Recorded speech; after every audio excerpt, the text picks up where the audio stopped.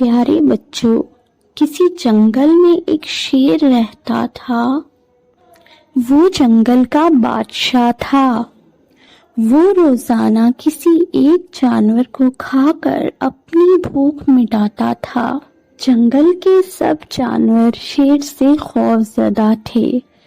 وہ سمجھتے تھے اگر وہ گھر سے باہر نکلیں گے تو شیر ان کو کھا کر اپنی بھوک مٹائے گا۔ ایک دن جنگل کے سب جانور ایک جگہ جمع ہوئے۔ سب جانوروں نے اپنی پریشانی کا حال بتایا۔ تمام جانوروں میں بھیڑیے نے سب کے سامنے ایک تجویز رکھی کہ ہم باری باری شیر کے سامنے جا کے خود کو پیش کریں کہ وہ اپنی بھوک مٹائے۔ اگر ہم ایسا کریں گے تو ہمیں ہر وقت شیر سے ڈرنا نہیں پڑے گا۔ بھیڑیے کی تجویز سے سب جانوروں نے اتفاق کیا۔ اس کے بعد بھیڑیا شیر کے پاس گیا اور تمام جانوروں کا فیصلہ شیر کو بتایا۔ شیر نے تمام جانوروں کی تجویز سے اتفاق کیا۔ اس دن سے ہر روز ایک جانور شیر کے پاس جانے لگا اور شیر اسے کھا کر اپنی بھوک مٹاتا۔ ایک دن خرگوش کی باری آئی۔ وہ خرگوش شیر کی طرف بڑھنے لگا۔ وہ خرگوش نہیں چاہتا تھا کہ شیر اس کو کھا جائے۔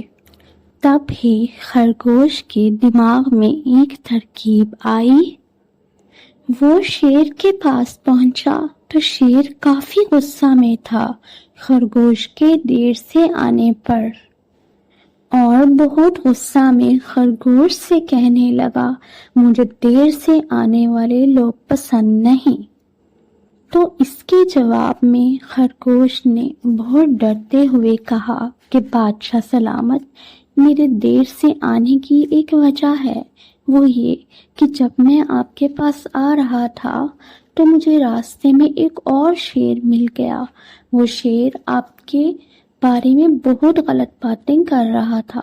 میں نے اس کو کہا کہ وہ آپ کو ایسی بات نہ کرے، مگر اس شیر نے کہا کہ تمہارا بادشاہ شیر تو بزدل ہے جو گھر میں چھپ کر بیٹھا ہے، اگر اس میں ہمت ہے تو مجھ سے آ کر مقابلہ کرے۔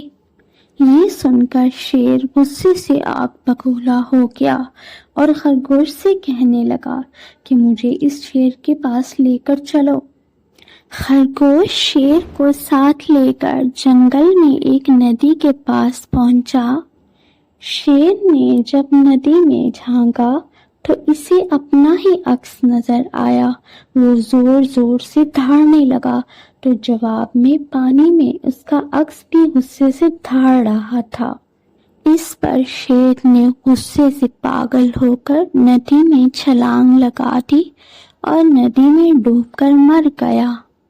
اس دن سے جنگل کے تمام جانور بغیر کسی ڈر کے ہنسی خوشی رہنے لگے۔